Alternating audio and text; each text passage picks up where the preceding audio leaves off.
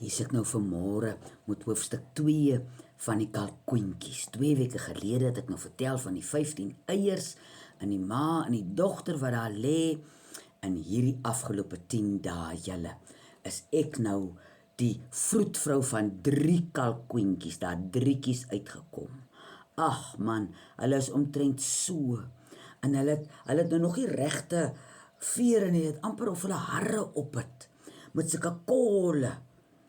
En is vir my te wonderlik, in hierdie 10 dae, ek kom nou 2 keer 'n dag by die hok, om net te kyk of die water en die kossies reg is.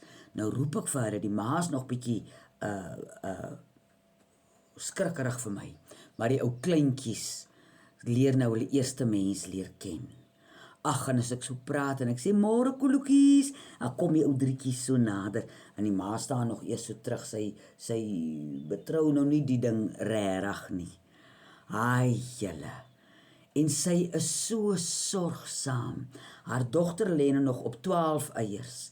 Elke môre vat ek 'n riet, dan druk ek dit net so in en ek kyk, mens wil hom nie vir haar vreeslik henner nie. En dan sal ek nou kyk, hoe kry ons nou daai kalkoentjies weer onder dak? Maar om die ma, die wyfie kalkoen, is 'n groot dier, is 'n sterk dier. Maar om nou te sien hoe fyn en klein is daai ou kalkoentjies julle.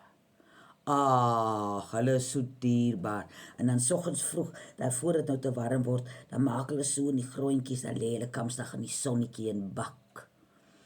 En as ek myself kom kry, dan hol ek hier op, om net te gaan kyk, wat maak die ou kalkoentjies.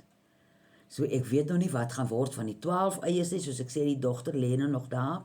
Ek sal nou maar so elke tweede dag gaan kyk. Ek het so 'n ou tannie geken wat altyd gesê het, dan bring iemand vir haar 'n boks sjokolade, dan sê sy, wag, nou sal sy strength of character moet wys, om nie die hele boks sjokolade nou op te eet nie. So ek moet nou vreeslik strength of character wys, dat ek nou nie die jong wyfietjie wat nou nog op die eiers lê, te veel henner nie.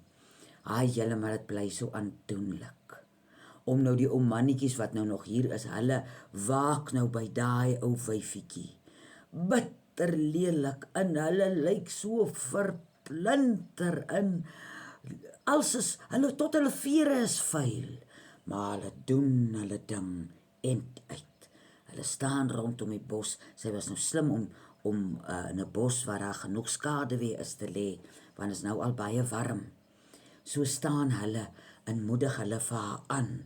En dan hoor ek haar mamma in die kampie waar sy nou is, hoe roep sy soggens vroeg en middag laat, hoe moedig sy haar dogter aan, om maar net aan te hou en uit te hou, want sy bly lê daar, sy eet en drink nie water nie, ek sit dit daar neer, maar dit henner sit haar af. So as sy nou en dan opstaan, dan kry sy ook 'n verligting.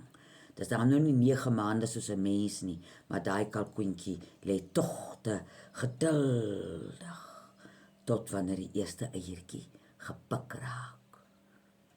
Nou ek sal weer sê as daar nog is, intussen as julle so nou en dan 'n mooi gedagte wil stuur, moedig die klein kalkoentjies aan, die 3tjies, om te groei eiere die nes uit.